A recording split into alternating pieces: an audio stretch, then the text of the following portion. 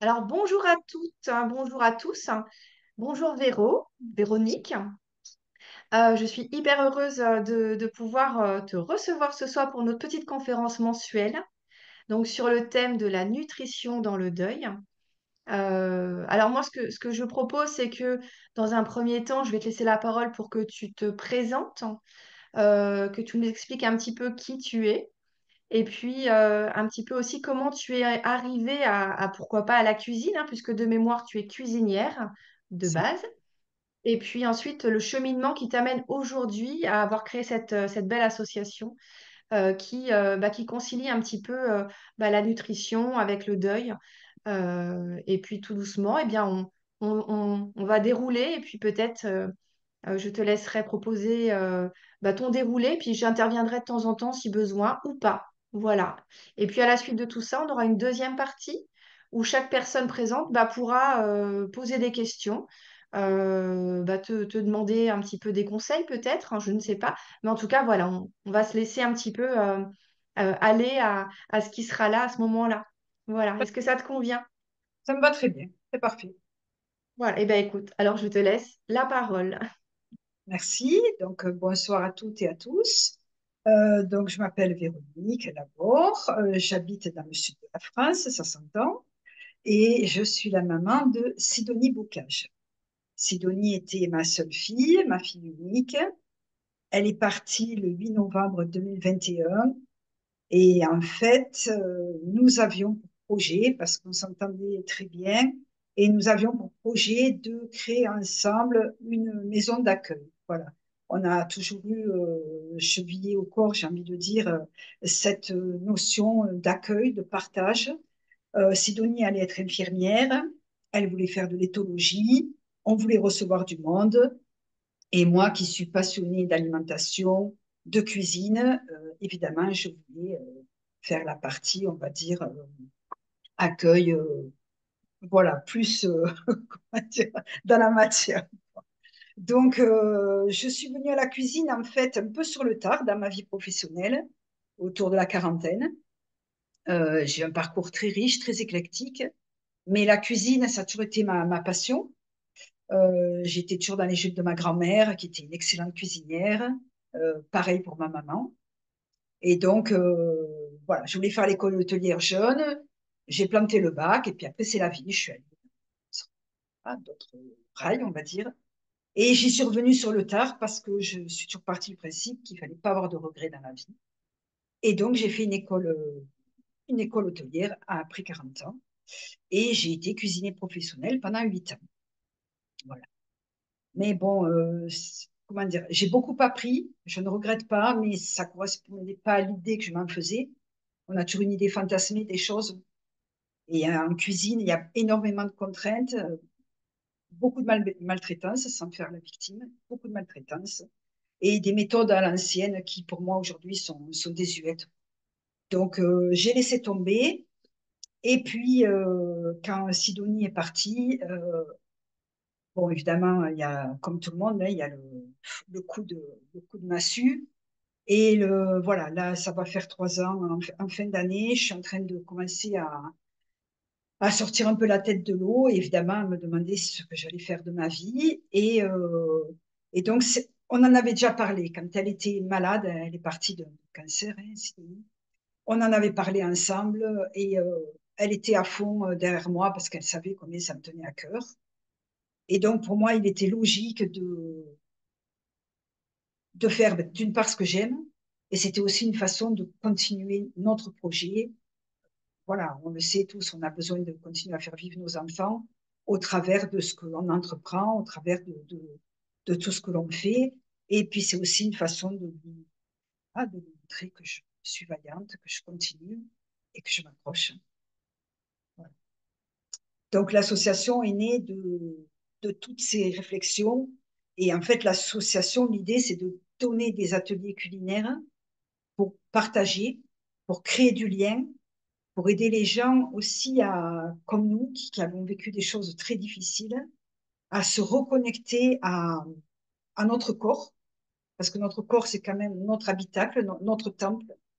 On le néglige beaucoup quand on est en deuil. On est tellement brassé de milliers d'émotions. Donc, de revenir à, j'ai envie de dire, aux fondamentaux, à la base. Donc, le corps et le moment présent, qui sont les deux piliers de ce que je veux mettre en place. Je, du coup, je rebondis parce que ce que tu dis, ça m'évoque plein de choses.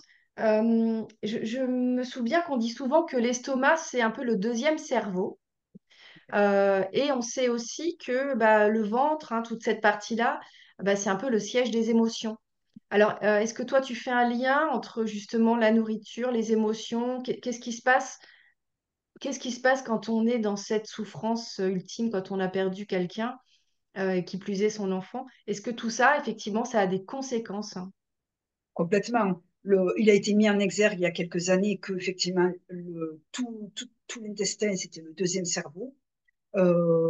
Et pour te donner une idée, le temps que l'estomac envoie l'ordre au cerveau du fait qu'il est rassasié, le sentiment de satiété, il faut 20 minutes. Euh, non, pardon, c'est l'inverse. Le temps que le cerveau envoie le message, il faut 20 minutes. Et l'inverse, le temps que, si tu veux, l'intestin, l'estomac, enfin, tout ce qui compose notre microbiote, il faut, je crois, je ne veux pas dire de bêtises, 9 secondes. Donc, c'est vraiment voilà, plus ça va, plus on se rend compte à quel point c'est important. Donc, effectivement, le deuil a un impact énorme sur notre santé, sur le corps, comme je disais tout à l'heure. On est pour vous te donner une idée, 59% des endeuillés déclarent que le deuil a eu un impact sur leur santé. Donc le pourcentage est énorme. On sait que dans notre société, c'est passé sous silence. Il n'y a pas de prise en charge, il n'y a rien qui est proposé. Donc moi, j'ai remarqué que si tu veux, dans les nombreux symptômes qui affectent les gens endeuillés, en majorité, il y en a énormément, je ne vais pas faire la liste, mais je vais parler de ce qui nous intéresse ici. Parce que c'est lié, il y a les troubles dépressifs, les troubles du sommeil, le manque d'activité et une alimentation désordonnée ou déséquilibrée. Donc, tous ces troubles, ils viennent impacter, je vais dire, ce qui fait partie du quotidien. On oublie de respirer correctement et on oublie de s'alimenter correctement. Donc, en général, il y a deux grandes lignes, si tu veux. Soit c'est la perte d'appétit, soit à l'inverse, on a un comportement, je ne vais pas dire boulimique, parce que dès qu'on parle de boulimie, c'est une pathologie, mais on a un comportement un peu compulsif sur la nourriture. Donc, en fait, si tu veux, je vais parler des deux états. Donc, quand on perd l'appétit, en général, on a des troubles qui sont liés à la perte d'appétit, avec des diarrhées, des perturbations du cycle digestif, des nausées, et on oublie la nécessité en fait de s'alimenter parce qu'on est tellement perturbé, on est tellement dans ses pensées, dans son émotionnel, voilà. Donc en fait, l'alimentation, elle passe plus. Hein, il y a un langage du corps aussi. Et puis tu disais tout à l'heure, tu vois, quand on dit ça passe pas, j'ai la boule au ventre. Enfin, je veux dire, c'est très imagé tout ça en définitive. Donc voilà, la faim n'est plus ressentie parce qu'on a l'esprit trop accaparé par la peine, par les émotions. Donc, en fait, l'appétit diminue et on parle alors je vais vous dire le terme savant, on parle d'hyporexie. Voilà. L'anorexie, pareil, c'est encore autre chose, c'est une pathologie, mais quand on a une perte d'appétit, c'est l'hyporexie. Voilà, donc on se néglige, on s'oublie et on mange sans envie ou on évite de manger. Donc, il y a pas mal de personnes qui m'ont fait part de ce type de problème. Donc, moi, comme solution, parce que je parle des soucis, mais j'aime bien aussi donner des solutions, parce que sinon, ça n'a pas d'intérêt, quoi. On constate tous qu'on a des problèmes de ci, de mi, mais s'il n'y a pas de solution, ça ne sert à rien. Donc, la solution, moi, je préconise, mais c'est des choses basiques, en fait. C'est d'abord, peut-être, de se faire aider, de prime abord, avec un professionnel, un psy, un psychiatre, enfin, peu importe, chacun trouve. Après, prendre l'air au moins une fois par jour, s'oxygéner. Euh, pour les repas, parce que moi je suis vraiment un spécialiste dans le repas, c'est essayer d'apprendre à faire des repas de façon équilibrée. même si on grignote, mais voilà, on va grignoter une tomate, une pomme, un bout de saumon. Voilà, c'est des choses très faciles à manger, mais moins on aura déjà, ben, voilà, le légume, le fruit, la protéine, même si on mange peu. Et en fait, l'idée, c'est ça, quand on perd l'appétit, c'est de fractionner ses repas, un peu comme quelqu'un qui s'est fait opérer de l'estomac, qui ne peut pas manger de grosses quantités. Voilà. Mais essayez vraiment de manger le plus équilibré possible, avec, ben, par exemple, ça peut être une collation le matin et un goûter l'après-midi. Voilà. Des petits repas. Voilà. Donc après, l'autre pendant, et celui-là est peut-être encore plus fréquent, c'est quand on perd un être cher, souvent ça engendre une prise de poids importante. Il y a plusieurs facteurs. Euh, il y a souvent que ça arrive ben, en milieu de vie et les femmes, on a la ménopause et les hommes l'andropause, ce qui n'aide pas. On parle souvent, le problème, quand on mange comme ça un peu fréquemment, un peu frénétiquement, on a besoin d'avoir l'estomac rempli, on parle de nourriture émotionnelle. C'est ce que j'allais te dire. Moi, j'entendais souvent l'expression je mange mes émotions. Donc, il y a de cet ordre-là, effectivement, je compense, en fait, je me remplis, c'est ça? C'est exactement ça. Si tu veux, tu vois, j'ai noté une liste. Globalement, si tu veux, il faut savoir que l'alimentation, elle est, euh, elle est très importante pour tout un chacun dans nos sociétés occidentales, hein, je parle bien sûr, parce qu'elle est liée à notre vécu, à notre enfance, très souvent. Et l'enfance, c'est les émotions, c'est les souvenirs, c'est l'affectif. Et donc, si tu veux, ça peut être lié à une privation, à une punition, finis ton assiette, ou si tu seras privé de dessert si tu manges pas, enfin, des choses qui peuvent ressurgir comme ça, ou à l'inverse, ça peut être vécu comme une récompense. Euh, Si tu veux, comme le deuil, on est tellement brassé par les émotions dans le deuil que forcément, ça vient titiller et chercher quelque chose qui fait appel à cette mémoire-là. Et l'alimentation, donc, très souvent, si tu veux, ça génère ces comportements compulsifs, mais évidemment, c'est inconscient.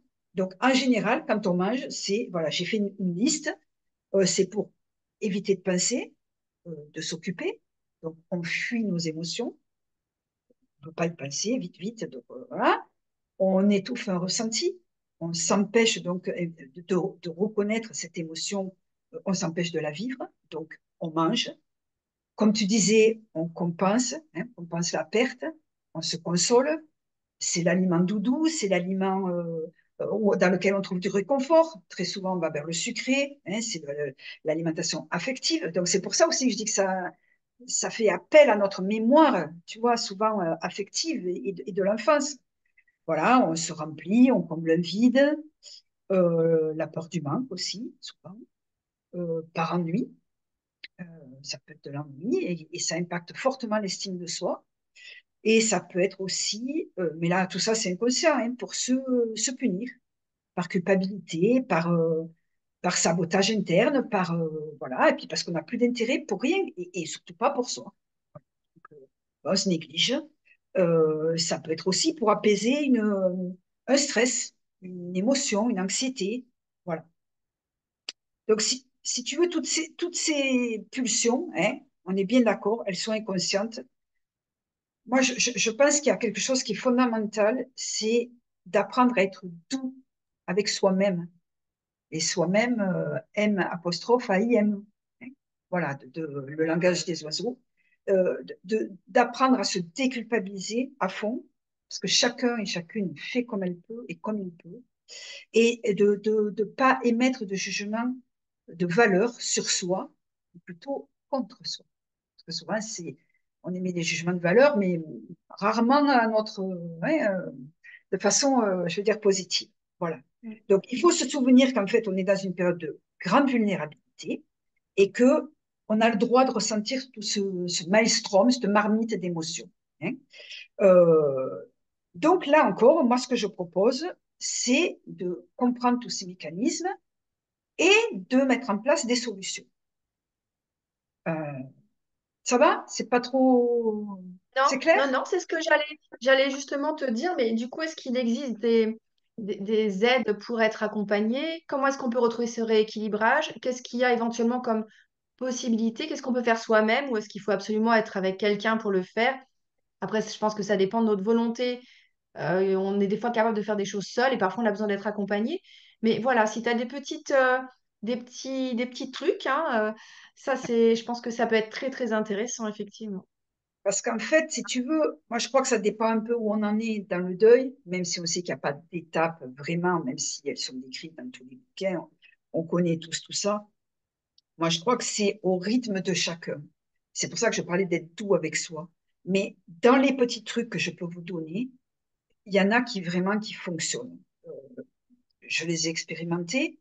Donc, je ne représente pas voilà, c'est prétentieux de dire je ne représente pas tout le monde, mais il est vrai que, si tu veux, toujours pareil, c'est ce que j'ai dit tout à l'heure, le fait d'être ici et maintenant, présent à ce que l'on est et à ce que l'on fait, c'est une énorme clé. Voilà. Donc, dans les petits trucs, moi, j'ai listé, et pareil, je vais vous donner ma liste, et après, chacun piochera ce qui lui parle, ce qui lui paraît le plus approprié pour lui ou pour elle. Donc, moi, je vais dire d'abord la première des choses quand on veut mettre en place une alimentation équilibrée et recommencer à manger normalement, c'est d'essayer de ralentir son flot de pensée.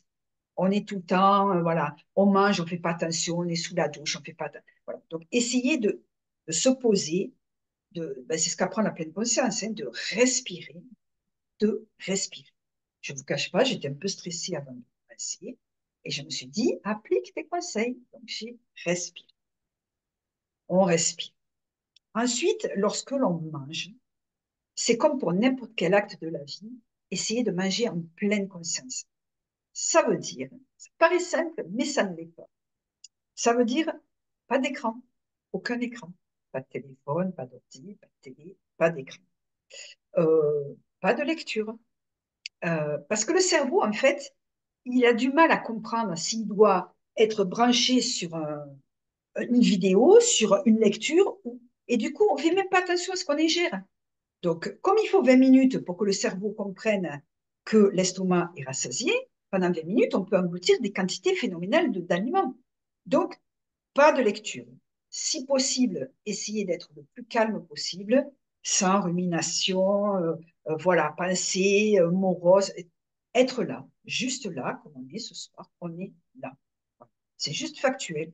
Donc ça, c'est hyper important. On aide le cerveau à comprendre qu'il est là en train de manger. Donc, éventuellement, pour s'aider, on peut écouter une petite musique douce.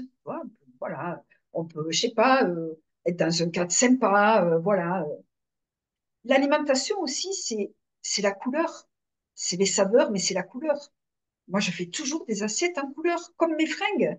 Mais oui, mais c'est vachement plus appétissant. Tu vois, une assiette en couleur que je ploffe une pâtée là, qui ressemble à une pâtée pour chien, quoi. Donc, moi, j'invite à débrancher le pilote automatique pour manger.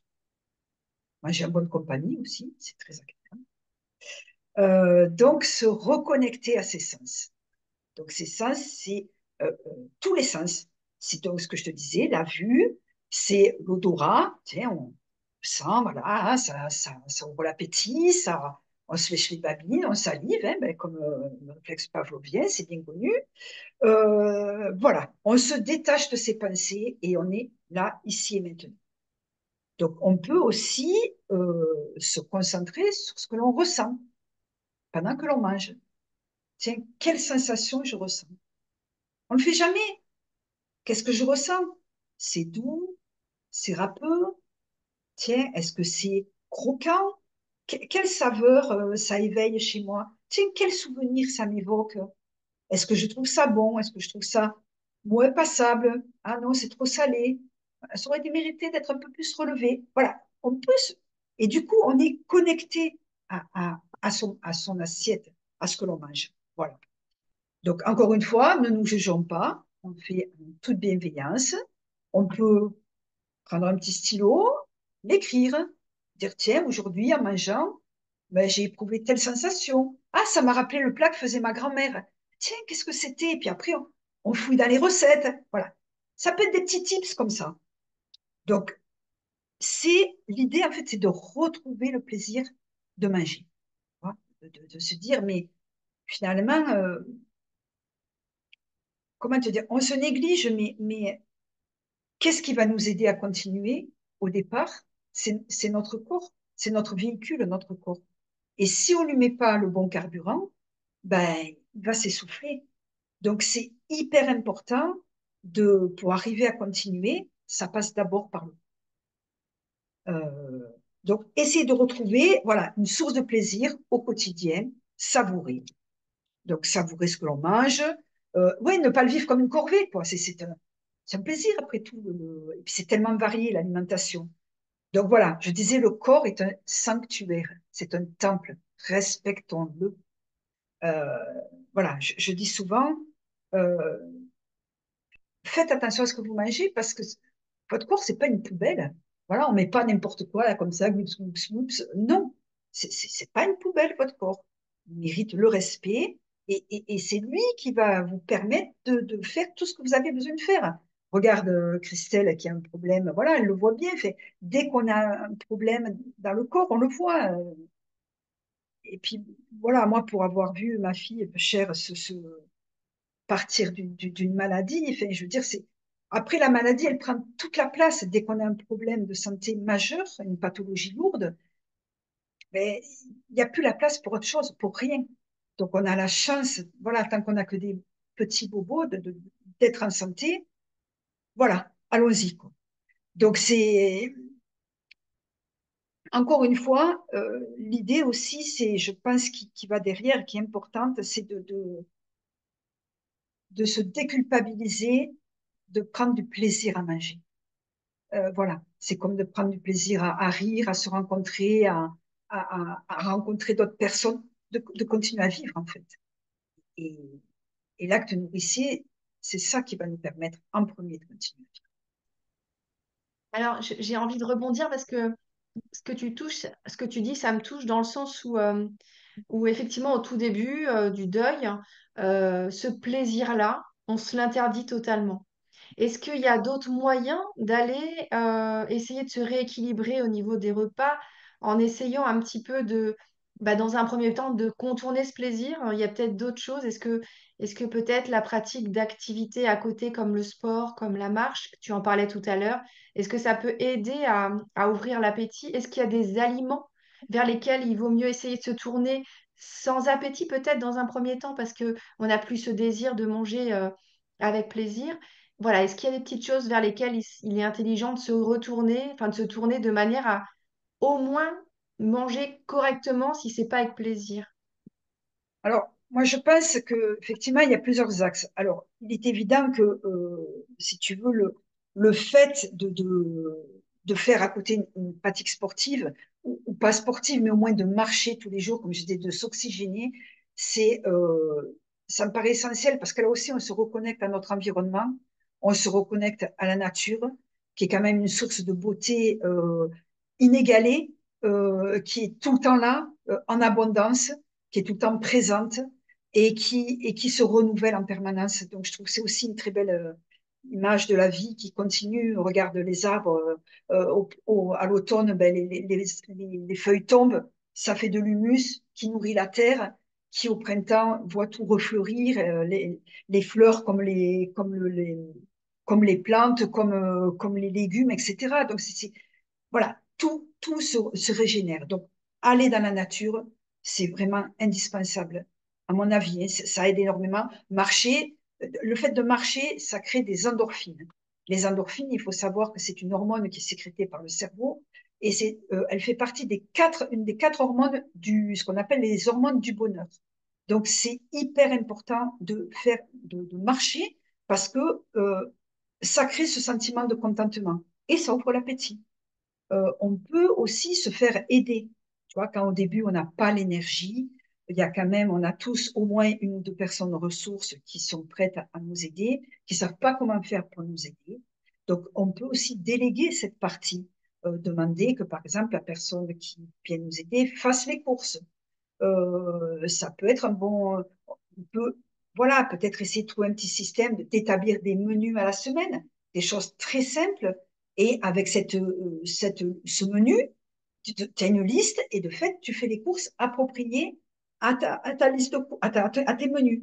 Donc ça peut être un super truc. Voilà, planifier les repas, faire un menu à la semaine. Donc ça aide beaucoup. Qu'est-ce que je pourrais donner comme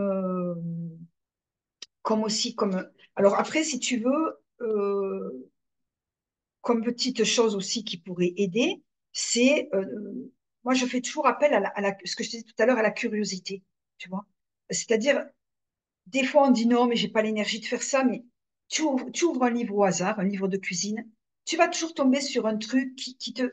Ah tiens, ça, j'aurais pas pensé. Ah tiens, quelle bonne idée. Et ça peut être une façon de se reconnecter, tu vois, tu testes, tu goûtes, tu essayes, tu retrouves ton âme d'enfant, en fait, tu vois, comme quand tu jouais à la dinette, enfin, je sais pas, tu vois. Voilà, mettre un peu de magie dans le quotidien. Voilà, des petites choses. euh, dans les choses aussi importantes, quand on a tendance à manger un peu n'importe comment, n'importe quoi, le cerveau ne fait pas la différence entre la faim et la soif. C'est un petit truc à savoir. Donc, quand vous éprouvez la sensation de faim, buvez un verre d'eau. Voilà, de l'eau, une tisane, une eau aromatisée. Évitez évidemment les sodas, hein, tout ce qui est sucré. Mais buvez un verre d'eau. Et si au bout de quelques minutes, une dizaine de minutes, les tiraillements, la sensation de faim persiste, là, ok, c'est que vous avez faim et vous pouvez manger. Mais parce que des fois, on a soif et le signal est le même que la faim dans le cerveau. Ça peut être intéressant. Après, effectivement, en termes d'aliments, il y a ce que j'appelle les aliments, attends, je te dis pas de bêtises, oui, indispensables.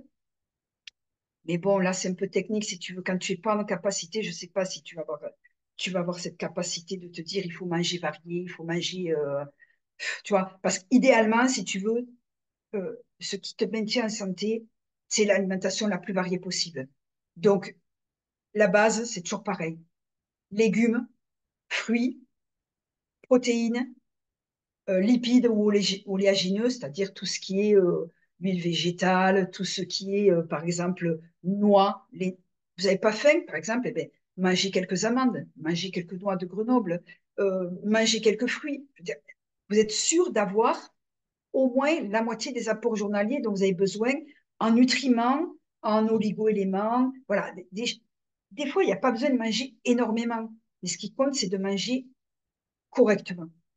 C'est pas tant la quantité qui compte. C'est ce que.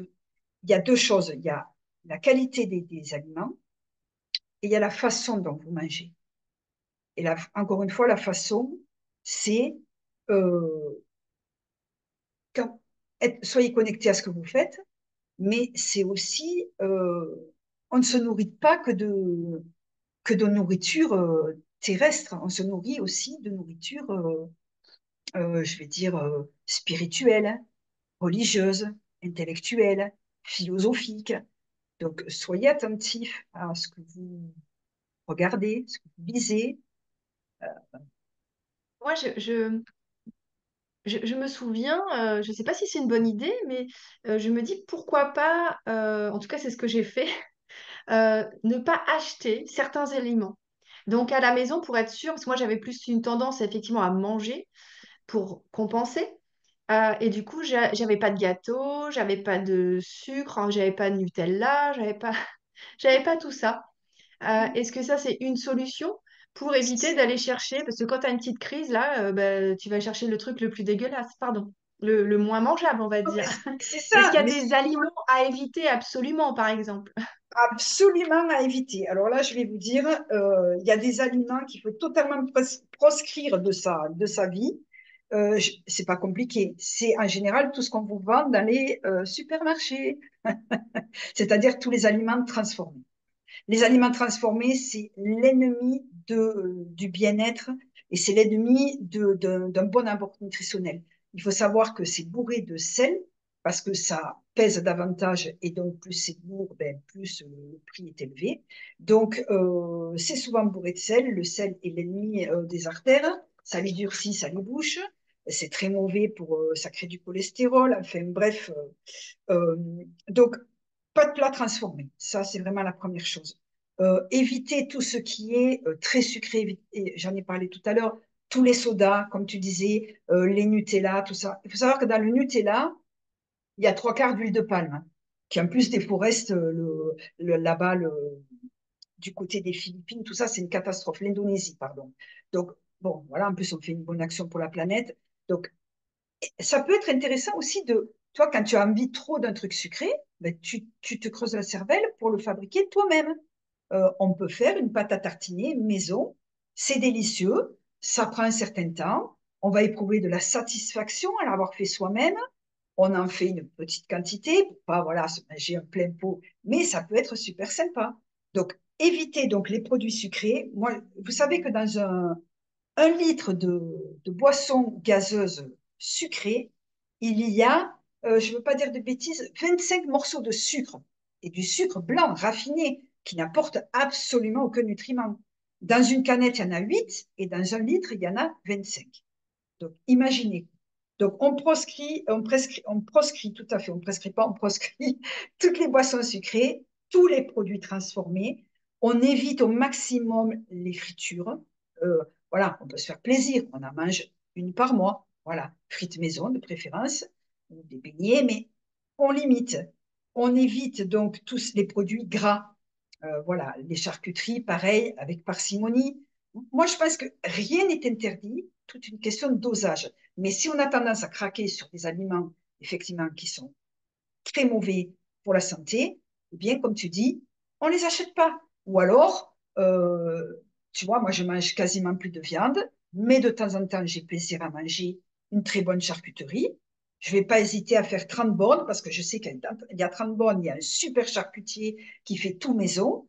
Et là, je vais lui prendre un morceau de saucisse, un morceau de jambon, je le ramène à la maison et quand il n'y en a plus, il n'y en a plus. Voilà. Tu vois, c'est vraiment, voilà, d'essayer Parce que si on s'interdit, c'est hyper frustrant et après on va craquer. Donc moi, je ne suis pas pour l'interdiction parce que on a déjà observé que tout ce qui est régime, ça crée de la frustration chez les gens. Et après, il y a un effet yo-yo, il y a un effet inverse qui est terrible. Donc, moi, je dis, il faut se faire plaisir, mais il faut manger un peu de tout et surtout ce qui n'est pas terrible, un petit peu. Après, les légumes, vous pouvez en manger tant que vous voulez. D'ailleurs, dans la façon de manger, il y a des études récemment aux États-Unis qui ont mis en évidence qu'il fallait commencer les repas par les légumes, qu'ils soient crus ou cuits. L'ordre, c'est mieux de faire cru et cuit, parce que dans le bol alimentaire, c'est l'estomac. Si vous voulez, vous pouvez vous représenter l'estomac comme un évier et le tube digestif comme un tuyau d'évacuation de l'évier. Donc, dans le bol alimentaire, si on mange en premier les légumes, ils vont tout de suite passer dans le tuyau d'évacuation et ils vont tapisser notre estomac. Donc, ce qui fait qu'après, quand on mange, si vous voulez, des glucides derrière, l'ordre, c'est protéines et puis glucides. Donc, mettons un blanc de poulet et puis après, vous pouvez manger des pâtes. Les glucides et les protéines et les glucides vont être beaucoup plus assimilables. Et ça va éviter les pics glycémiques. Parce que le problème, si vous voulez, des glucides, les glucides, c'est les pommes de terre, hein, c'est les pâtes, c'est le riz, c'est tout ça. C'est pas que c'est mauvais d'en manger, mais si on les mange en premier, ça crée dans le corps une montée de sucre importante et ça donne, si vous voulez, ces pics glycémiques qui peuvent donner du diabète, qui font que 2 heures après, vous avez une fringale de dingue, alors que vous avez quand même bien mangé. Donc, il a été démontré que il faut toujours commencer notre repas par les fibres. Et les fibres, c'est quoi? C'est les légumes. Voilà. Donc, en premier, c'est toujours fibres, légumes, protéines, ce que vous voulez. Poisson, viande, tofu, pour les protéines végétales, par exemple, œufs, ce que vous voulez en protéines, glucides, donc, comme je vous disais, du pain, des pommes de terre, des pâtes, des lasagnes, ce que vous voulez. Et on finit par le sucre. Voilà, en dernier, le repas. C'est toujours dans cet ordre-là. Enfin, toujours. Moi, je vous conseille, et ils ont fait une analyse sur 8 semaines, même quantité de nourriture, même calories, même valeur nutritionnelle, avec un groupe, 2 groupes, si vous voulez. Les 2 groupes sont diabétiques. Un groupe qui mangeait comme ça dans l'ordre et un groupe qui mangeait, on va dire, comme on fait dans les restos, c'est-à-dire les frites, le steak, Et en dernier, la salade. Voilà, tout ce qu'il ne faut pas. Eh bien, les deux groupes, le groupe, si vous voulez qu'à manger correctement, dans le bon ordre, leur, euh, leur taux de diabète a diminué. Alors que l'autre, il est resté stable et certains ont même un peu augmenté. Donc, à valeur nutritionnelle égale hein, et calories égales. C'est hyper intéressant de savoir ça. Donc ça peut faire partie des petites astuces. Qu'est-ce Est-ce que que je... tu as, est-ce que tu as éventuellement, là, j'imagine, je ne sais pas si c'est le cas, je pense que c'est le cas de pas mal de personnes aussi, on va essayer de faire l'effort de manger équilibré, euh, mais il y a ces fameuses petites fringales ou ces moments où émotionnellement on n'est pas bien et du coup, en dehors des repas, on va vouloir se jeter sur Ouais. le premier truc qui passe, hein, sucré, salé, peu importe, parce qu'en fait, là, on a besoin de compenser, donc on va manger n'importe quoi. Est-ce qu'éventuellement, il y a des petits aliments, des petites choses qui peuvent traîner dans les placards, sur lesquels on peut un peu jeter notre dévolu et qui permettraient à la fois de, bah, je dirais, de compenser sans trop culpabiliser? Alors, il y a des trucs qui marchent très, très bien. Moi, je suis une ancienne fumeuse et lorsque j'ai arrêté de fumer, il y a longtemps, je me suis intéressée, évidemment, pour pas me jeter sur l'alimentation, et j'ai gardé ces petits trucs. Et ça marche très, très bien. Ça m'est arrivé encore il n'y a pas longtemps, où j'avais, comme tu dis, une fringale de dingue. Et en fait, je m'étais fait cuire des pommes, tu vois. Et donc, je ne les avais pas fait cuire complètement pour les réduire totalement en purée, en compote. Les quartiers étaient restés un petit peu fermes. Et si tu veux, tu les fais cuire avec un petit peu de cannelle, un petit peu de vanille. Tu peux mettre une fleur de badiane. Enfin, tu mets les épices que tu veux dedans. Ça va donner un petit peps. Et moi, je m'en fais une boîte que je mets toujours au frigo. Ce qui fait que quand j'ai faim, souvent, moi, en rentrant de la balade du chien, là, à 10 heures, j'ai super la dalle. Qu'est-ce que je fais? Ben, je prends mes pommes, soit je mélange avec un yaourt, soit je les mange comme ça nature, et je t'assure que c'est un excellent coupe-faim. Tu te fais quand même plaisir parce que c'est quand même, il y a le fructose du fruit dedans. Et si tu as eu la flemme de les faire cuire, ben, tu te coupes une pomme en quatre et tu la manges. Et pareil, en coupe-faim, c'est génial. C'est Churchill qui disait euh, One apple a day keeps the doctor away. Ce qui veut dire mange une pomme par jour et tu tiendras le médecin éloigné. Et c'est très vrai, c'est très très vrai. La pomme est un aliment coupe-faim par excellence. Après, j'ai parlé tout à l'heure des fruits secs. Alors, les fruits secs, il faut faire attention parce que c'est très sucré, mais pareil, pour te faire plaisir, tu peux manger une poignée de comment ça s'appelle, d'oléagineux. Moi, je fais un petit mélange dans un bocal. Je mets des pistaches, je mets des amandes mondées, je mets des noix de Grenoble, je mets des noix de macadamia, je mets des graines de tournesol, des graines de courge. Voilà. Après, pareil, il faut faire appel à son imagination. Tout ça, c'est peu sucré. Et pour avoir le petit truc sucré, je mets une poignée de raisins secs ou une poignée de cranberries. Voilà. Tu mets une poignée de myrtilles séchées ou une poignée de... La dernière fois, j'ai acheté des mangues séchées. Tu les coupes en petits morceaux et tu les mélanges avec tes noix. Voilà. Ce qui fait que tu te manges une poignée de ça. C'est hyper nourrissant. Dedans, tu vas trouver tous les oligo-éléments dont tu vas avoir besoin, qui sont quand même des aliments hyper boostants, hyper anti-stress. Et après ça, tu es content. Enfin, je veux dire, tu as la petite note sucrée, ça te cale et ça te permet de patienter jusqu'au repas. Après, ça peut être, oui, Ah non, vas-y, excuse-moi. je t'en Vas-y. prie, ça peut être une banane, tu vois. Moi, très souvent, je mange une banane. La banane est un aliment anti-stress par excellence. C'est plein de phosphore. On croit que ça fait grossir, c'est une hérésie. C'est vraiment une bêtise qui a été propagée dans les années 70-80. C'est une vaste bêtise. Je reste polie. La banane est un aliment santé par excellence. J'ai regardé là dans toutes les vitamines indispensables, tu vois, anti-stress, quand tu es en perte d'énergie, quand tu es avec des troubles dépressifs, partout, j'ai regardé la banane, la banane, la banane. Donc, Waouh. voilà. Alors ça, c'est l'information de ma soirée parce que j'adore les bananes et je m'interdis d'en manger parce que je pense que ça fait grossir, tu vois. Donc je pense que là, on est toutes contentes et tous contents. Mais du coup, ça, tu parles d'anti-stress, moi je pense à chocolat. Oui, On a chocolat. le droit? On a le droit, mais bien sûr, on a le droit à tout. Le tout, si tu veux, c'est de pas te faire une plaquette de chocolat. Parce que Mm. c'est pas génial, il va y avoir trop de sucre, et puis, tu vois, ça risque de te constiper. Enfin, c'est pas génial. Encore une fois, c'est une histoire d'équilibre, de modération. Donc, idéalement, c'est le chocolat noir. Parce que le chocolat au lait, c'est très bon, mais ça n'apporte strictement rien. Voilà, c'est trop transformé. Ou alors, moi, j'adore aussi le chocolat au lait, mais j'en mange un carreau. Voilà.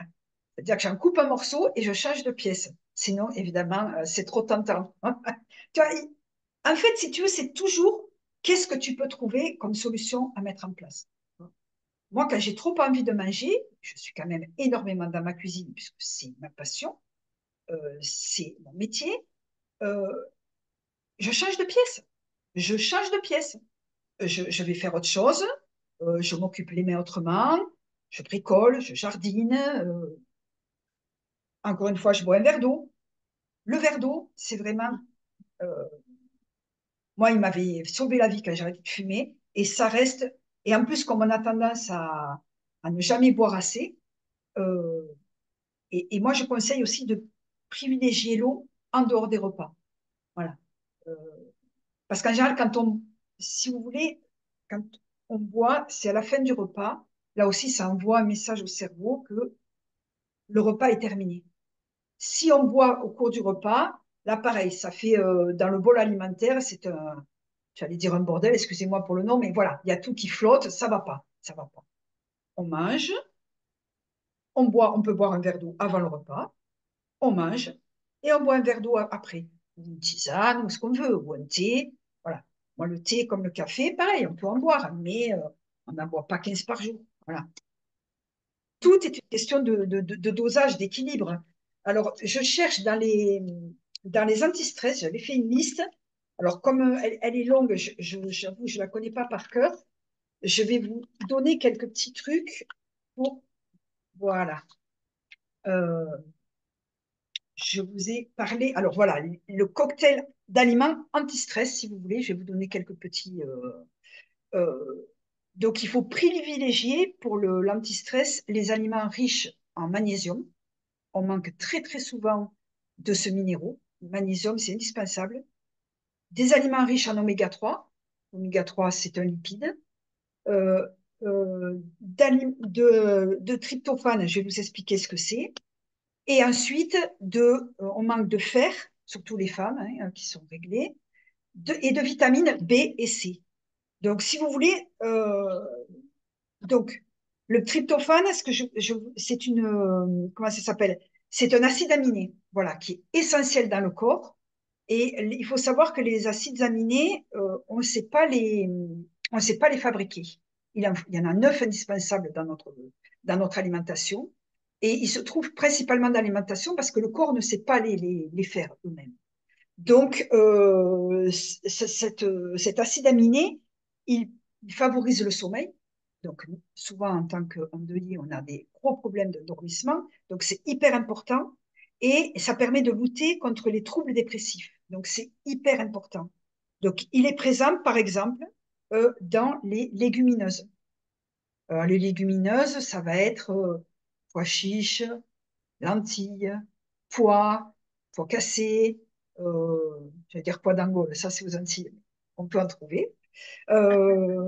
Qu'est-ce que le soja? euh, on néglige aussi les légumineuses dans nos sociétés, alors que les légumineuses, c'est pas cher. Et pour la santé, c'est pareil, c'est fort. Enfin, moi, je mange principalement végétarien, c'est formidable la légumineuse. Donc, on peut trouver ça, on peut trouver aussi cet acide aminé dans tous les légumes crucifères, hein. Alors, les légumes crucifères, c'est tous les légumes autour du chou. Le chou-fleur, le chou de Bruxelles, le brocoli, le chou paumé. Il n'est pas paumé, hein, il est juste, c'est sa forme, hein. Voilà, tous les types de choux. On peut le trouver dans le chocolat noir, dans la banane, tu vois, dans les noix et les graines. C'est pas pour rien que je vous parle tout le temps des noix et des graines, parce que c'est des aliments santé par excellence. Dans la levure de bière, on se poudre sur les salades, c'est facile. dans les épinards. Voilà, donc ça c'est facile. Je vous ai parlé donc anti-stress, donc ça c'est pour l'acide aminé. Les oméga 3, vous avez tous les poissons gras, saumon, thon, flétan. Mais honnêtement, il faut être super méfiant avec le poisson parce que le poisson, si vous voulez, ce type de poisson, les océans sont méga pollués malheureusement et ils sont catalyseurs des métaux lourds. Donc moi, je conseille dans les poissons gras, privilégier les petits poissons. Ils n'ont pas le temps de synthétiser les métaux lourds. Donc les sardines, les maquereaux, le hareng, voilà, les petits poissons comme ça.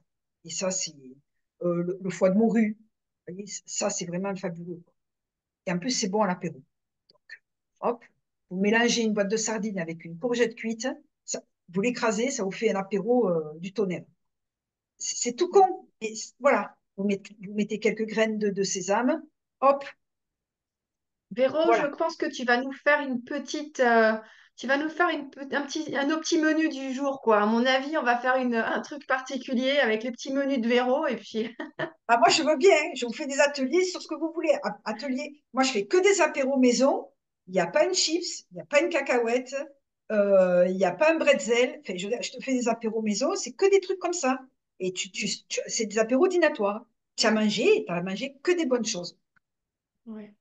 Moi, je suis d'accord de faire des ateliers comme ça pour donner des idées, tu vois. Voilà. Atelier menu, atelier apéritif maison, atelier spécial anti-stress, spécial vitamine B, la vitamine B, je vous disais, qui est donc, j'ai lu ça, qui est quand même extraordinaire. Alors, je vous le lis parce que je ne le savais pas non plus, je l'ai découvert. La vitamine B est nécessaire à la production de globules rouges pour la régénération des cellules. OK? Elle est nécessaire pour la synthèse des protéines et le maintien du système nerveux central.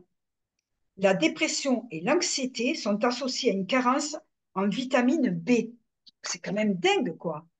Donc, la vitamine D, qui est la vitamine de la bonne humeur, donc pois chiche, encore une fois, euh, les abats, pour ceux qui aiment, foie de veau, les petits poissons, de nouveau, les œufs, les carottes, les épinards, les avocats, les noix, en particulier les pistaches, et les dattes. Tu vois, tu me demandais un truc sucré. La date, c'est hyper sucré. Tu craques sur le sucre, ben, tu manges une date. Et au moins, tu te dis, ah, j'ai favorisé mon anti-stress, mon antidépression, c'est mieux que les anxiolytiques, tu t'es fait plaisir. Enfin, tu vois, voilà, il faut trouver des petites astuces. Donc ça, c'est dans les vitamines B, donc c'est la B6. La B12, fruits, légumes, encore une fois, les noix, les laits végétaux, la spiruline, qui est une algue que tout le monde n'aime pas, mais qui est concentrée en B12, qui est excellente. Les fruits de mer, dans le sud, on est bien placé, la côte atlantique aussi, les huîtres, les moules, les palourdes, les crustacés, les œufs et le fromage type gruyère camembert. Et dans la troisième vitamine indispensable, anti-stress et antidépressive, il y a l'acide folique. Et ça, c'est dans tous les légumes verts à feuilles. Mâche, oseille, épinards, cressons. Vous avez les crucifères aussi, brocolis, les courgettes, les haricots verts et les fruits rouges. Voilà, fraises, framboises, mûres, myrtilles. Ouais, ça laisse du choix quand même, hein. Oui, oui, oui. Il y a vraiment. Et j'avais envie de juste de revenir sur, on a parlé de boire beaucoup d'eau. Beaucoup d'eau, c'est quoi? J'entends des fois 1 litre, 2 litres, 1,5 litre. C'est, c'est- J'ai une question bête, mais est-ce que boire trop, ça risque pas aussi à un moment donné d'amener de la rétention d'eau ou c'est encore une fausse idée? Ben, je pense que tout est affaire d'individu, si tu veux. Tu vois, si tu as une tendance à faire de la rétention d'eau, effectivement, peut-être qu'il vaut mieux consulter un nutritionniste ou un diététicien qui sera spécialisé. Parce que les médecins, honnêtement, j'ai rien contre, ils sont indispensables, mais ils connaissent rien, rien, rien. J'ai des amis qui font des études de médecine. Ma fille allait être infirmière. Elle m'a dit, maman, dans le cursus, il n'y a pas une ligne ou peut-être une ligne en 7 ans de médecine sur l'alimentation. Il faut savoir que les études de médecine datent quand même, je ne veux pas dire de bêtises, du 18e. Enfin, je veux dire, la médecine, encore aujourd'hui, était basée sur la dissection de cadavres. Donc, c'est une médecine qui est, pour moi, vraiment, je remercie la médecine parce qu'elle fait des prouesses, mais en termes d'alimentation, elle y connaît que. Voilà. Donc, allez voir. Voilà. Après, je dirais que c'est un peu au cas par cas. Mais quand même, il est reconnu qu'un litre 5 d'eau, surtout quand il fait très, très chaud, voilà, quand il fait très chaud, je dirais 1,5 litre. Sinon, voilà, la moyenne, c'est quand même bien un litre, au moins 1 litre d'eau tous les jours parce que sinon les reins travaillent énormément. Vous le voyez à vos urines de toute façon. Hein, tu sais, avant, ils avaient quand même, les anciens, en termes de médecine, ils n'étaient pas imbéciles. Hein, ils parlaient de nos humeurs. Hein, c'est-à-dire qu'ils sentaient le sang, ils sentaient les urines, ils sentaient les selles. Et c'est quand même assez parlant. Une urine qui est nauséabonde, c'est que vous ne buvez pas assez. Et du coup, les reins travaillent trop. Donc, voilà, c'est des petites choses. C'est le bon sens, encore une fois, j'ai envie de vous dire. Hein, donc, moi, je pense qu'il faut quand même voir, enfin, c'est pas je pense, c'est à force de le lire. Je me suis beaucoup documentée hein, pour faire cet atelier. C'est pas, ça sort pas du chapeau. Et puis, si vous voulez, ça fait quand même, j'ai 57 ans, je m'intéresse à l'alimentation, je crois, depuis toujours. Donc, j'ai des tonnes de livres. Il n'y a pas un jour où je lis pas quelque chose, où je n'apprends pas quelque chose. Donc, je me suis énormément documentée pour faire cet atelier. Et tout ce que je vous dis est sourcé. Je peux citer mes sources. Voilà, fait, voilà. Donc, en moyenne, il est préconisé 1,5 litre. Mais encore une Mm. fois, attention si vous avez des soucis. Voilà. Voilà. Très bien. Donc, Ben, qu'est-ce que merci, Véro. Est-ce que tu avais quelque chose que tu voulais rajouter ou est-ce que tu veux éventuellement enfin, qu'on laisse un peu ouvert si quelqu'un a des questions ou ouais, ça peut je être vais juste, intéressant? juste une dernière chose que je voudrais rajouter. On oublie souvent dans les aliments les plantes, parce que comme je m'intéresse de plus en plus à l'alimentation végétale, au-delà du végétal, il faut savoir que dans les plantes, il y a des plantes, il y a des épices et il y a des racines qui font des merveilles. Donc, comme dans les vécus du deuil, on a souvent aussi des troubles dépressifs, hein, on n'est pas en dépression, mais on a des troubles dépressifs. Il y a des plantes quand même qui font des merveilles. Et je voulais juste en dire un petit mot, parce qu'il y a beaucoup de gens qui ont des problèmes, je sais, de sommeil. Donc, moi, je conseille contre la fatigue, le gingembre est formidable en racines. Vous pouvez en râper dans une salade. Vous pouvez en mettre deux, trois rondelles dans un thé à la menthe. Vous pouvez en mettre dans vous faites un petit wok de légumes à l'asiatique. Vous pouvez mettre trois brins de citronnelle et trois rondelles de gingembre. Voilà, ça va tout de suite donner un petit peps avec quelques feuilles de coriandre. Tout de suite, vous allez partir en Asie, quoi. Et en même temps, vous allez avoir des épices qui vont vous réveiller, hein, qui vont réveiller aussi parce que ça fait aussi travailler la digestion. C'est des racines qui sont excellentes, qui favorisent la digestion. Voilà. Euh, il y a aussi énormément d'épices qu'on appelle carminatives, qui aident à la digestion. Tu vois, je parlais des légumineuses tout à l'heure.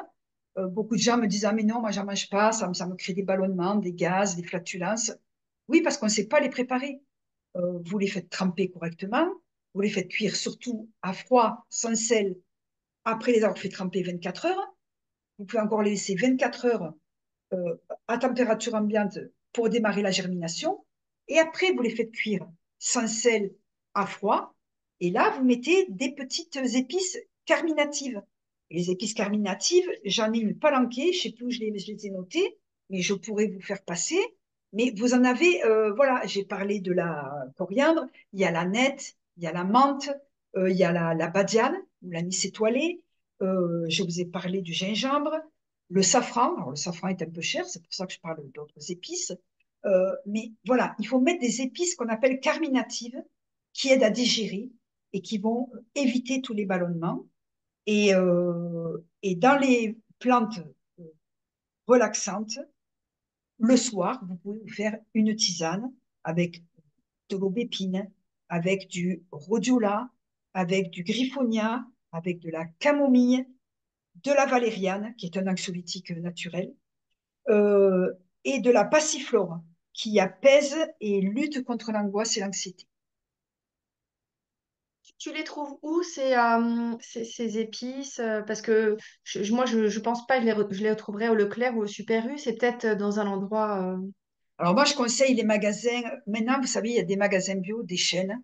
Alors, c'est pas pour faire de la pub, mais si vous voulez, tous les grandes enseignes, style Carrefour et tout, ils ont fait des enseignes. Maintenant, par exemple, Naturalia, c'est une enseigne de Carrefour. Voilà. Marcel et Fils, je sais plus, mais vous avez toutes ces grandes enseignes de magasins bio, Sobio, La Vie Claire, voilà. Toutes ces grands magasins, toutes ces grandes chaînes, ils ont tous un compartiment épices. Moi, je vous conseille les plantes et les épices bio. Vraiment, ne lésinez pas là-dessus parce que là encore, ça retient tous les pesticides. Vous faites une infusion avec des pesticides, ça sert à rien. Voilà, donc vraiment. Et là, vous avez des rayons entiers de plantes, millepertuis. Millepertuis, c'est génial, antidépresseur naturel. Vous allez donc ces rayons de plantes, vous allez vous faire en tisane, en infusion et vous allez avoir tous les épices, soit moulus, soit, par exemple, vous allez trouver des bâtonnets de cannelle, vous allez trouver des fleurs d'anis étoilé. Voilà, faites-vous un petit rayon épices, parce que d'abord, ça met du peps dans la cuisine, et puis je vous dis, après, si vous ne vous rappelez pas, c'est pas grave. Moi, après, je peux faire passer des listes, je peux refaire des ateliers, enfin, voilà, avec plaisir. C'est génial. Moi, je trouve ça excellent. Et on peut aussi regarder à nouveau cette vidéo qui sera enregistrée, ce qui permettra de retrouver toutes les petites infos que tu nous as partagées. Je te remercie énormément, Véro. Je vais inviter nos spectateurs discrets à ouvrir Avec leur plaisir. micro s'ils le souhaitent. Si vous avez une question, vous avez un petit... alors, on n'est pas trop nombreux, mais vous avez un petit truc là pour lever la main comme ça. Si quelqu'un a envie de poser une question, à moins que j'ai posé toutes les questions à votre place. Voilà, donc vous pouvez lever la main si vous le souhaitez. Ou pas, ou parler ou dire quelque chose, bien sûr, hein, vous pouvez aussi tout simplement vous exprimer comme vous le voulez. Allez, Nathalie. Nathalie et Thierry. Faut enlever le micro. Ah oui, attends, je t'enlève le micro, c'est peut-être... hop. Ouais, faut que tu remettes le micro. C'est Voilà. bon? C'est bon. C'est bon. Merci Véro, c'était vraiment très intéressant et tu expliques d'une façon très agréable. C'est fluide, c'était vraiment super. Mais moi, je voulais donner, j'ai pensé à quelque chose, c'est que quand on a perdu Renaud, on a une voisine qui nous a amené à manger Ah, la soupe de légumes, un plat de lasagne. Et c'est vrai que c'était très, très important. Je l'ai compris un peu après, tu vois. Et je l'ai rencontrée, maintenant elle habite, c'est plus notre voisine, elle a déménagé. Et je l'ai vue il n'y a pas longtemps. Elle me demandait des nouvelles, tout ça. Et j'ai dit, tu sais, je me souviens que tu étais là, tu nous as amené ta soupe, tout ça. Et c'est vrai que c'est des petits gestes, voilà. Parce qu'on n'avait pas du tout envie de cuisiner. Voilà, on n'a pas, surtout au début, je parlais. oui. Voilà. Et autre chose, quand tu parlais de manger en pleine conscience, j'ai eu la chance de participer avec ma psychologue au stage de méditation pleine conscience, là, sur 8 semaines ou 9, je ne sais plus. Et donc, et le dernier jour, c'était le repas en silence et en Ah, pleine conscience. Et génial. je me souviens, on était une dizaine. Et avant de commencer, tout le monde après a dit, mais comment on va faire? On va pas parler en mangeant.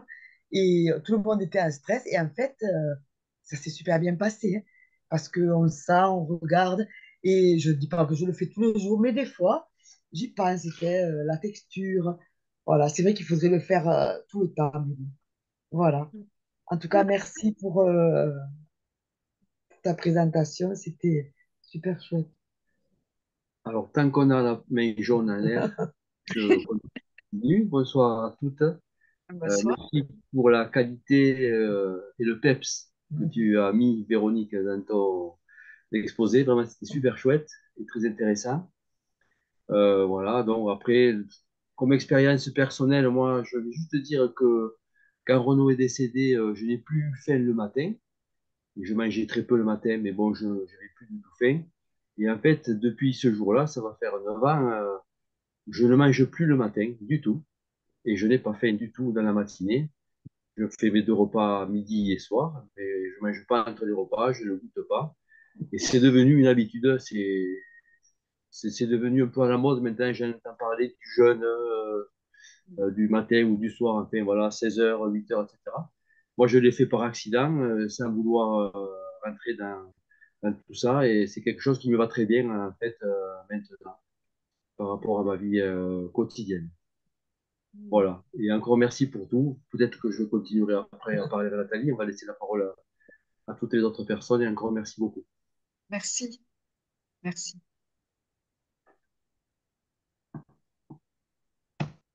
C'est très intéressant ce que viennent de dire Thierry et Nathalie, parce que tu vois, c'est ce dont je parlais au départ, si tu veux, tu vois, cette aide qu'ils ont eue, qui est hyper touchante, je trouve, tu vois, de cette voisine qui leur apportait à manger. Tu vois, ça démarre comme ça, en fait.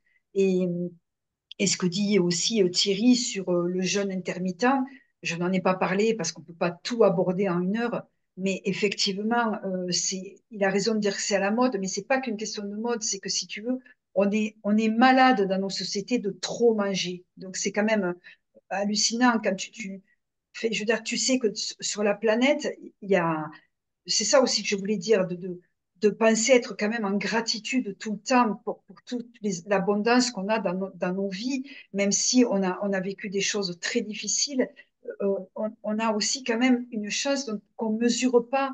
Je veux dire, il y a 9,2% de la planète qui ne mange pas sa faim. Alors quand on dit ça comme ça, ouais, 9,2, vous savez combien ça représente? Ça représente 735 millions de gens qui ne mangent pas à leur faim tous les jours. Enfin, je veux dire, c'est un chiffre dément. Et quand tu vois que nous, on jette, enfin, je veux dire, moi, je fais un point d'honneur dans ma vie de ne rien jeter, mais pas par radinerie, mais par respect pour la vie, par respect pour tous ces gens, je sais, qui ont pas notre chance. Je me dis, et par respect pour la planète, enfin, je veux dire, on épuise les ressources, je me dis, c'est plus possible, quoi, Donc, c'est hyper important. Je te remercie, Thierry, d'avoir souligné ce point. Et pareil, ça, je peux en parler pendant des heures. Donc, il faudra faire d'autres ateliers. J'ai aussi noté, j'ai pensé à quelque chose quand Thierry, tu parlais. C'est par rapport au petit déjeuner que tu ne prenais plus. Moi, j'ai entendu dire aussi, et j'avoue que c'est ce que je fais à titre personnel, qu'il était plus raisonnable de manger peu le soir, c'est-à-dire léger le soir. J'avais une expression que j'ai plus en tête qui disait que le matin, il fallait faire un repas gargantuesque, le midi, un repas moyen et le soir, un repas de pauvre. Je ne sais pas si c'est Si, encore si, quelque chose qui est d'actualité, mais si, si, pour la complètement. digestion en plus. Mm. Oui, ça sert à rien de se gaver pour aller, si tu veux, se coucher derrière. Tu vois, je dis Mm. ça, l'autre soir, j'ai mangé un peu trop et je m'en suis voulu en me disant, mais tu vois, les conserves sont pas les payeurs. J'ai fait d'ailleurs une tisane de verveine et j'ai été marcher avec le chien. Voilà, pour, tu vois, justement, réactiver. Mais effectivement, le soir, léger, le midi, normal. Et c'est vrai que le matin, si on mange le matin, finalement, c'est le repas le plus important parce qu'on a fait un jeûne de toute la nuit. Donc, le matin, c'est bien de reprendre des forces. Et idéalement, il faudrait manger salé. Le déjeuner à la française est très, très mauvais. Déjeuner avec des viennoiseries, des trucs sucrés, voilà, c'est pas terrible. D'accord. Ok. Est-ce que quelqu'un a... Ah, Christelle. Oui, merci, merci beaucoup Véronique, hein. Je C'était, t'en c'était super intéressant. Tu as appris plein de choses et ça donne envie d'en savoir plus en fait, hein, et de faire tes ateliers. Je suis, euh, je suis la première inscrite, voilà, si tu les fais. prie. Génial. Mais, alors oui, moi je rebondis aussi sur le fait, depuis très peu de temps, on a incorporé ce que tu disais le matin au petit déjeuner. Parce que moi, j'ai une chambre d'hôte et c'est vrai qu'au début, je me suis dit, je ne vais pas me lancer question pratico-pratique dans le salé. Nanana. Donc, j'ai dit déjeuner, on appelle ça déjeuner continental, occidental. Donc, c'est euh,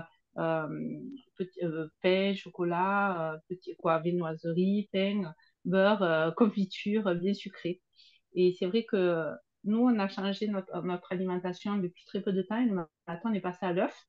Et tu manges un œuf et tu n'as plus du tout faim. toute la matinée. Alors que si tu manges un peu au chocolat, tu manges à 10 heures, tu manges à 11 heures, tu manges à toute heure en fait. Donc ça, c'est vrai que je valide. Et après je voulais aussi intervenir parce que il y a plusieurs choses qui m'a vraiment interpellée dans ce que tu dis. Et je me revois moi au tout début.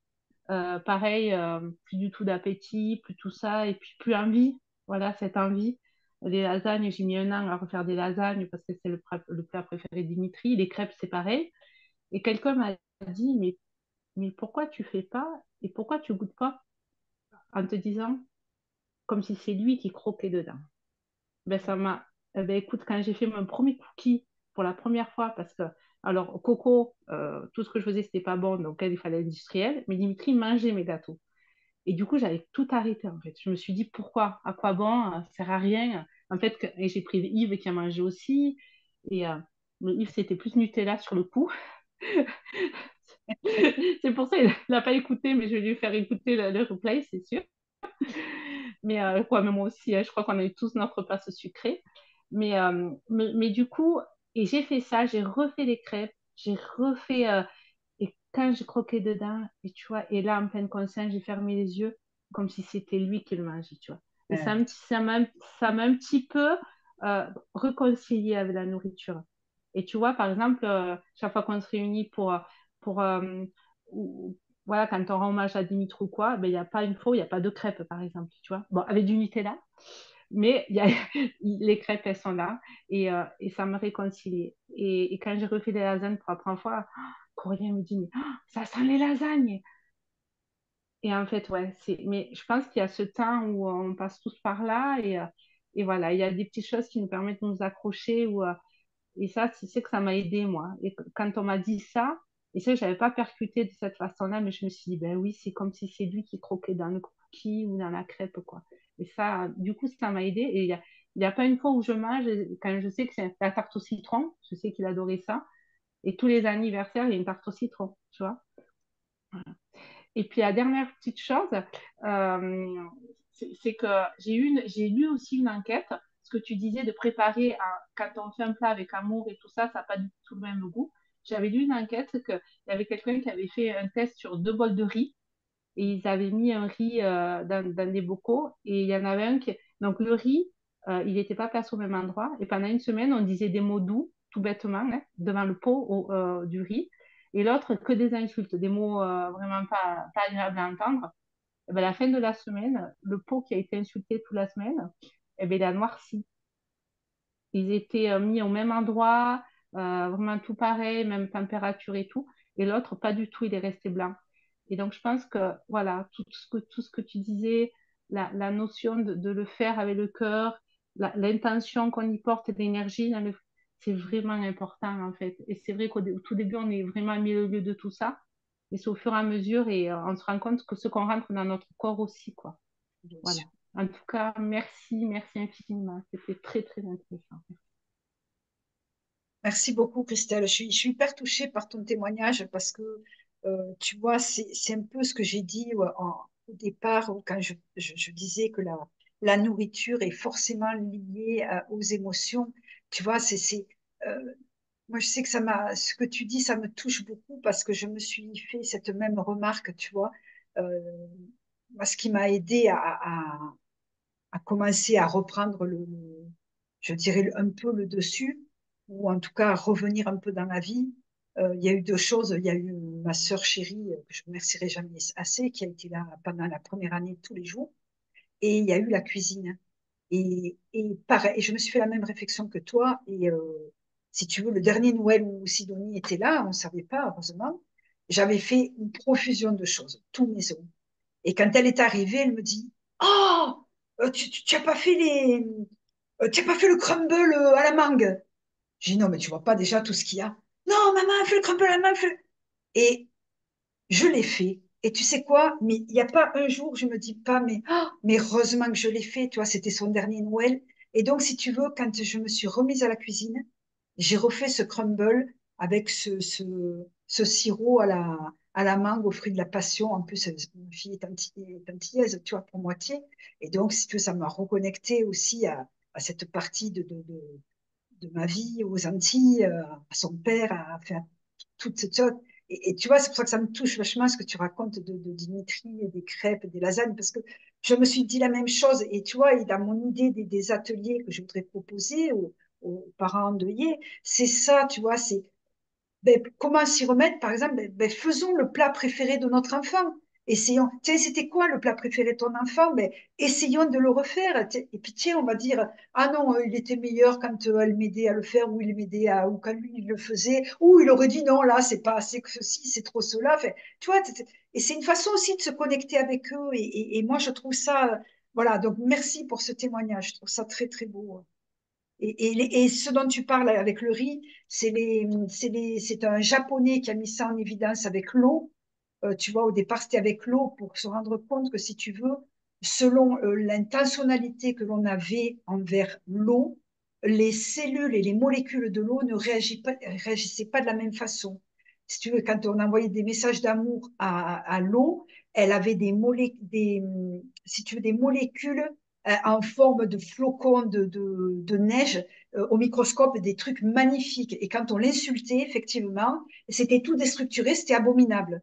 Donc, Mm. quand on sait que notre corps, il est composé à 80% de liquide entre le sang, la lymphe, etc., euh, ça te prouve à quel point c'est hyper important les intentions d'amour, de bienveillance, comment ça peut agir sur nos cellules et sur nos molécules. Donc, merci voilà, d'en avoir parlé, c'est hyper important. Sarah, on Ben, t'écoute. merci Véronique pour ta conférence très très intéressante.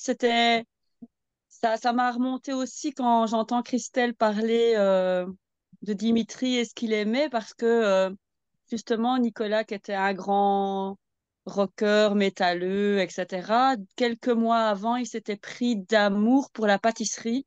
Ah, Et donc en fait, mais vraiment, il faisait des choux à la crème, des éclairs au chocolat. D'ailleurs, la fête des mamans, il m'avait amené des éclairs au chocolat et ma tante aussi. Et en fait, les siens étaient plus beaux que ceux de ma tante et meilleurs. Donc, voilà. Et enfin, c'est tellement vrai tout ce que tu dis. Et moi, pour ma part, ben, c'est plutôt le contraire. Enfin, donc, Christelle disait qu'elle avait plus d'appétit et quelques-uns d'entre vous, mais moi, c'est vraiment le contraire. Donc, moi, en fait, je me remplis.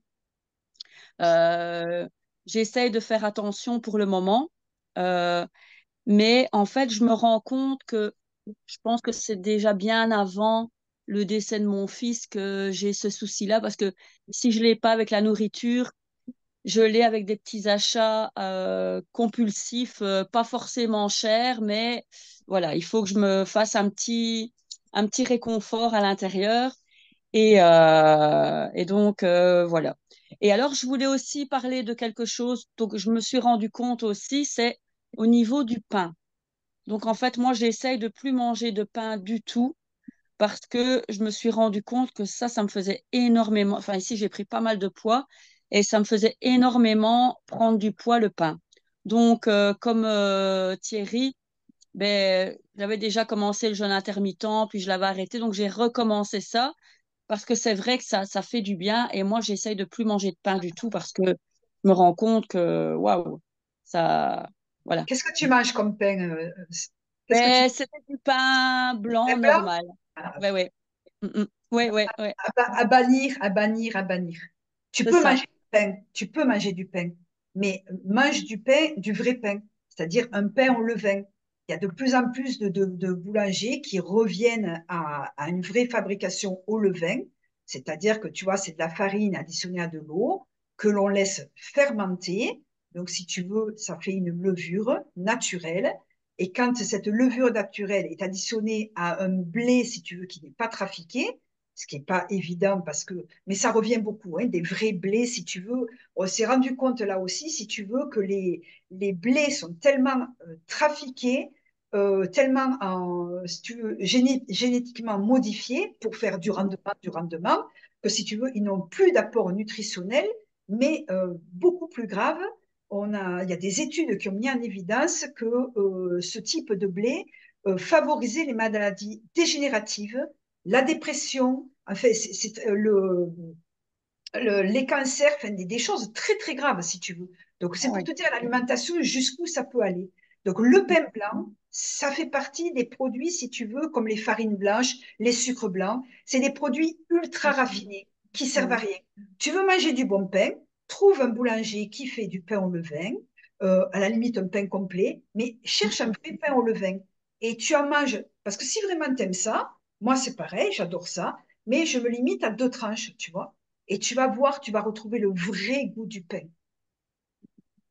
Ok. Le pain blanc, niet, c'est du sucre, c'est Oui. du sucre. Ça passe tout de suite dans le sang et tu as un indice glycémique comme avec les croissants dont parlait Christelle. C'est pareil. Le pic glycémique, il est immédiat. Mm, mm. Et j'ai l'impression d'être gonflée en fait. Enfin, on sent vraiment que...